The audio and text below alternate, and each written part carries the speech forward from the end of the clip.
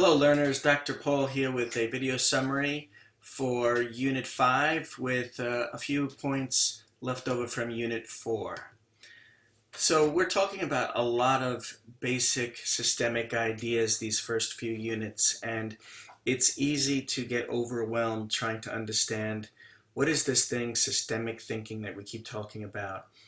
And you really want to be patient with yourself because it takes time to kind of undo what the culture has infused in most of us, which is a very linear way to think about life and events, and in this case, the problems that people bring to us in therapy.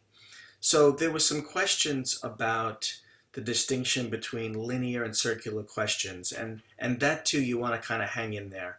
In general, a linear question is a question that asks about how this is causing that, or why something is happening. So why are you depressed, client? Well, I was sexually abused, right? That's sort of a linear question. An important point, though, is it's the intention behind the question. So it's not so much the question itself, because many questions can be viewed as linear or systemic based on the intention. So a systemic question in general, or a circular question, is much more about people's perspectives and about relationships. So questions like, what's it like to hear that your son can't wait to move out? Or what's it like to hear your daughter wants to join the Air Force after high school? Right? It's asking about their experience or their perspective on something. Or if you ask about, how do you think your mom and your brother's relationship is going to be once you move out? Right? So you're asking about one person to comment about the relationship of two other people. The Carl Tom articles are articles that you should hold on and save them to a safe place because they're really excellent supervision tools.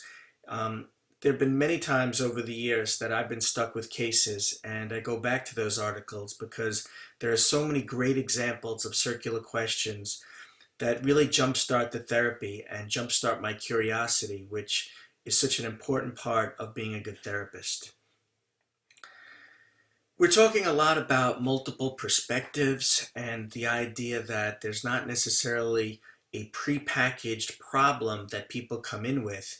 It's not like going to the medical doctor with a broken arm and there's some clarity about, this person has a broken arm, or there's a definitive problem. Even if we don't know what it is in the medical community, there's a definitive problem that we're looking for, and once we identify it, we can fix it or cure it. In mental health, that's a really, really poor analogy. And so we want to be thinking more in mental health about collaborating about the construction of the presenting problem. We want to recognize that clients don't come in with prepackaged problems, but they come in with a perspective about their life and certain things that are going on in their life and their relationships. And so we want to recognize that the things that we choose to speak about and what we question and what we focus on are all emphasizing this idea that there are a multiplicity of realities to potentially create in therapy. And the only right one is the one that's relevant and fitting and healing for your clients. So we want to start wherever our clients happen to be, and join them in their world and use that as a point of departure to be curious about many things that are going on in their life, not simply the presenting problem. You also hear about, in the readings this week, the Milan team talks a lot about therapist neutrality. And in a way, what we're saying with that is we want to be really mindful that we're neutral not only to the various people in therapy, but we're neutral to the various stories in therapy and perspectives. We want to be open to the diversity of possibilities and stories and perspectives, because the more perspectives, the more permeable people's belief systems are. And they begin to question some of their limiting assumptions when we ask questions that pose new realities and different perspectives. So it's not our job to get people to agree on everything and to see the world the same way, but good therapy is much more about honoring multiple perspectives of your clients and creating a context where it's safe for those differences to exist. And sometimes the differences go away, but other times they don't go away, and that's okay. They find a different way to manage their relationship rather than kind of beating each other over the head with I'm right and you're wrong. And so we want to sort of model that and that openness to multiple perspectives. And oftentimes when I'm working with clients that are polarized with one another, like parents and teenagers or couples, a lot of my talk will be prefaced with, so from your perspective, mom and teenage son, so what you're saying in your view, and that kind of prefacing language over and over again is an intervention in and of itself, because it's punctuating the fact that there are different perspectives and that we're going to honor and respect them all, as opposed to trying to figure out who's right and who's wrong.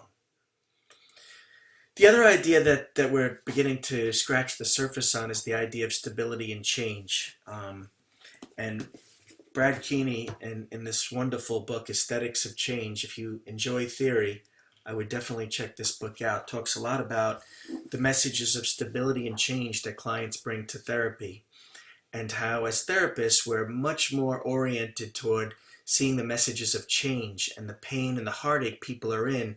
We want to help rescue them from it. We want to give them something to do, or we want to give them something to try in order to relieve them of their suffering. What we should do instead of pay attention to those change messages, which are like low-hanging fruit, is start to become mindful of the messages of stability. Every client or client system that comes to us has a certain stability to it. And aligning with that stability and asking questions about it before we move toward changing things can be really important. So again, keep some of these readings close by because they're really terrific. The Milan book that I would recommend is Milan Systemic Family Therapy. The first Milan book is called Paradox and Counter-Paradox, and it's a terrific book. But this one, they really took their thinking a little bit further, or quite a bit further, when it came to how they recognize how we participate as therapists as part of a system, and how do we take ideas about non-pathology and ideas like logical connotation and use them in therapy in really, really effective ways so clients can heal themselves.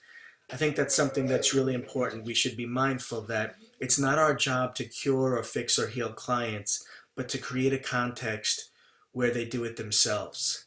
And that's the challenging part to therapy, but that's what makes it also very exciting and a very rewarding endeavor. So, okay, I hope you found this summary helpful. Briefly post a response that you heard the summary and maybe one thing that you questioned or it sparked in you that you want to share with us. Okay, see you again soon.